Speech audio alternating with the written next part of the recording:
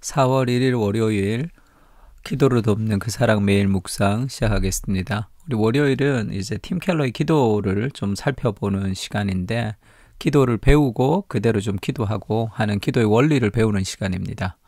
오늘은 켈빈의 기도의 마지막인데 기도는 노력이 아니라 은혜로만 가능하다라는 제목입니다. 그러니까 기도를 할 때 내가 열심히 기도하면 된다라는 그리고 내가 기도한다는 그런 인간의 행위를 좀 생각하고 강조해야 되는 것이 아니라 기도는 은혜로만 가능하다는 것을 좀 기억할 필요가 있습니다. 우리가 기도할 수 있는 것도 하나님이 은혜를 주셔야지 기도를 할 수 있는 거죠. 그래서 기도를 자꾸 내가 하는 것, 내가 노력하는 것 이렇게 생각하는 경향이 있는데 기도할 수 있는 것도 하나님의 은혜라는 것을 좀 생각하면 좀 생각의 전환이 좀 되겠죠.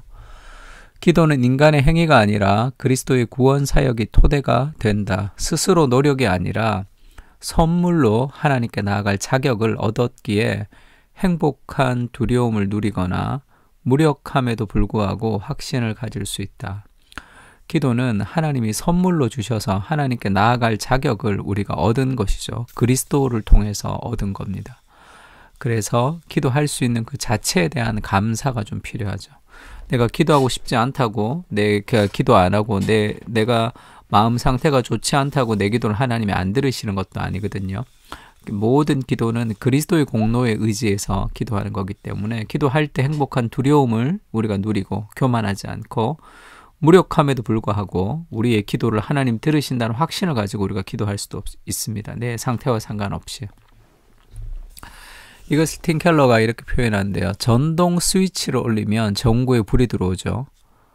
그리고 그렇다면 스위치가 전구에 에너지를 공급한 것인가? 우리가 스위치를 올리면 이제 불이 들어올 때 스위치가 에너지를 공급한 것이냐 하면 그렇지 않고 빛은 전기에서 나오죠. 스위치는 에너지 자체가 아니라 전구를 동력원과 연결시켜주는 장치일 뿐이다. 기도도 마찬가지죠. 기도는 하나님께 나아갈 자격을 주는 게 아닙니다. 그 자격은 예수님이 주신 것이고 기도는 우리를 하나님과 연결시켜 줄 뿐이에요. 받을 자격이 없는 자에게 베풀어 주시는 자비의 근거에서 하나님께 나아갑니다. 내가 기도하면 하나님이 들으신다는 것도 어마어마한 특권이죠. 구약 시대에는 아무도 하나님께 나갈 수 없었습니다. 그리스도의 죽음을 통해서 우리가 대제사장이 되어서 왕 같은 제사장이 되어서 하나님께 나아갈 수 있다는 것 자체가 은혜죠. 눈을 감으면 하나님이 내 기도를 들으시는 시대를 살아가고 있는 그 자체가 은혜고 내가 기도할 수 있는 것 자체도 하나님의 은혜에 근거한 기도라는 것을 좀 기억할 필요가 있습니다. 그래서 히브리서 4장 16절에는 이렇게 말씀하죠. 그러므로 우리는 긍휼하심을 받고 때를 따라 돕는 은혜를 얻기 위하여 은혜의 보좌 앞에 담대히 나아갈 것이니라. 우리가 은혜의 보좌라고 하면 이것이 이제 지성소를 얘기합니다. 그 지성소 안에 있는 하나님의 언약궤, 하나님의 법궤를 얘기하는데 하나님의 법궤의 그 뚜껑의 이름이 시은좌라고 얘기합니다. 시은소라고도 얘기하고 시은 하면 은혜가 베풀어진다. 베풀 시를 쓰니까 은혜가 베풀어지는 좌 하면 자리라는 거죠.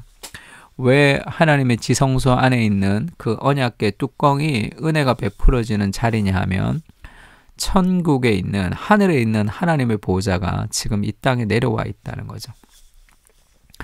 왜냐하면 하나님이 인간과 함께 있고 싶으셔서 그러나 죄인인 인간이 하나님께 가까이 갈 수 없습니다.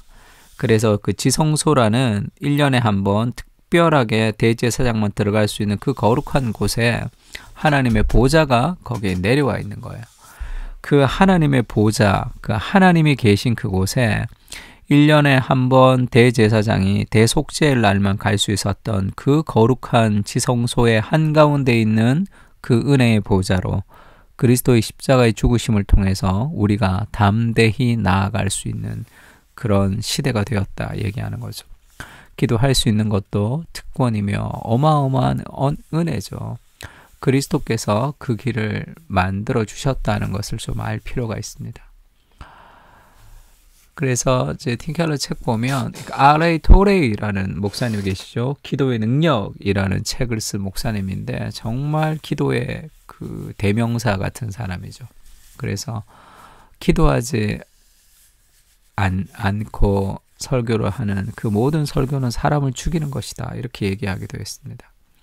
그리고 인간은 언제나 프로그램을 찾지만 하나님은 사람을 찾는다. 이런 표현도 R.A. 토레이 목사님이죠. 하나님은 기도하는 사람을 찾습니다. 왜냐하면 기도를 통해서 하나님이 일하시거든요. 그래서 이 기도의 사람인 R.A. 토레이 목사님에게 누가 편지를 보냈어요. 그 집회를 하려고 이제 설교하러 올라가려고 하는데 누가 이렇게 쪽지를 내줘서 그 쪽지를 받습니다. 쪽지 내용이 길지만 요약하면 이런 말이에요. 자신이 틀림없이 하나님의 뜻이라고 믿는 제목을 두고 오랫동안 기도했지만 답을 얻지 못했답니다. 지난 30년 동안 주일학교 교장을 맡고 있고 꾸준히 봉사도 한대요. 그런데도 하나님은 제 기도를 들어주지 않으십니다. 납득이 되지 않습니다. 어찌 된 셈인지 설명해 주시면 좋겠습니다. 이런 쪽지를 받았습니다. R.A. 토레이 목사님이 이렇게 대답했어요. 당신은 하나님이 마땅히 당신의 기도에 응답해 주셔야 한다고 생각하고 있습니다. 내가 기도했는데, 내가 성경을 읽었는데, 내가 노력했는데 하나님 왜 내게 그렇게 은혜를 주지 않습니까? 라고 할 때는 내가 기도하고 내가 예배를 드리고 내가 말씀을 읽으면 하나님이 마땅히 기도에 응답을 주셔야 한다고 생각을 하는 거죠.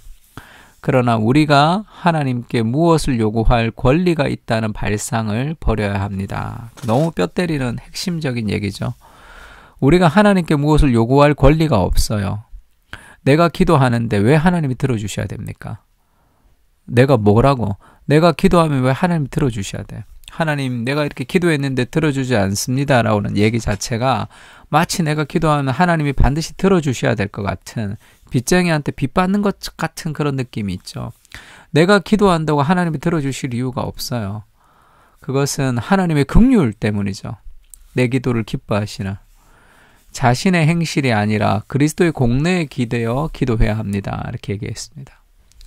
우리가 회개도 마찬가지죠. 내가 회개했다고 하나님이 용서해 주셔야 될 이유는 없습니다. 내가 회개한 거랑 하나님이 용서하는 거랑 무슨 상관이 있어요?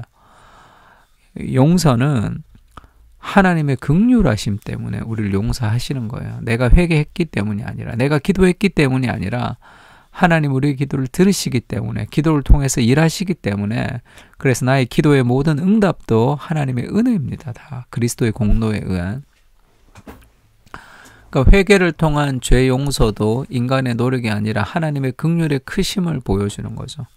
아, 내가 기도할 수 있다는 것도 은혜구나. 내 삶의 모든 것이 다 은혜구나. 라는 기도의 권리가 내게 없구나. 라는 것을 좀 알고 나에게 기도를 기다리시고 내 기도를 듣기를 원하시는 하나님이 계시다는 것이 이것이 얼마나 감사한 일인지를 좀 깨닫고 우리가 더 기도에 적극적으로 기쁨으로 나아가는 그런 시간이 되면 좋겠습니다.